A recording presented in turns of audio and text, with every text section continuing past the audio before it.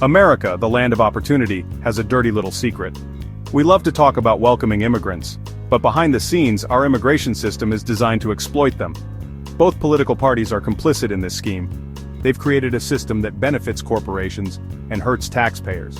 It's a system rigged for profit, not compassion. For decades, we've been told that immigrants are a drain on our economy, that they take jobs, resources, and burden taxpayers. But this is a lie, peddled to distract us from the real culprits, the politicians and corporations who profit from this broken system.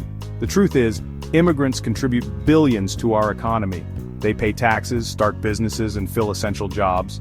But instead of recognizing their contributions, we've built a system that treats them like criminals. Here's how the game works. Politicians on both sides of the aisle use immigration as a political football. They demonize immigrants to scare voters and score cheap political points. They promise to crack down on immigration, but their actions speak louder than words. Republicans, often painted as the tough-on-immigration party, talk a big game about securing our borders. They ramp up deportations and implement harsh policies that punish immigrants. But at the same time, they turn a blind eye to businesses that exploit undocumented labor. Why? Because these businesses donate heavily to their campaigns. Democrats, on the other hand, present themselves as the champions of immigrants' rights. They promise a pathway to citizenship and more humane policies. But they also benefit from the status quo.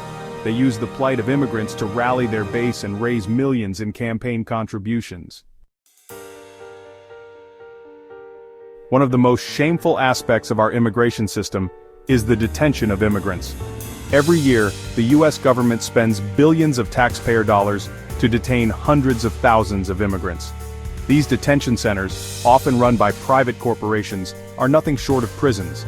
Immigrants, including asylum seekers fleeing violence and persecution, are held in these facilities for months, sometimes years.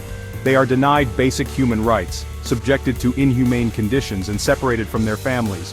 All this while waiting for their day in court, a day that may never come. This mass detention system is not about keeping us safe, it's about making money. Private prison companies with their powerful lobbyists have spent years influencing immigration policy. They've convinced politicians that the only way to deal with immigration is through mass incarceration. The human cost of this system is immeasurable. Families are torn apart, lives are destroyed, and dreams are shattered. Take the story of Maria, a young mother who fled violence in Central America with her 2 children. Maria, desperate for a better life, crossed the border seeking asylum. Instead of compassion, she was met with handcuffs. Separated from her children, she was thrown into a detention center, where she languished for months. Maria's story is not unique. It's a story repeated thousands of times over in detention centers across the country. These are not criminals.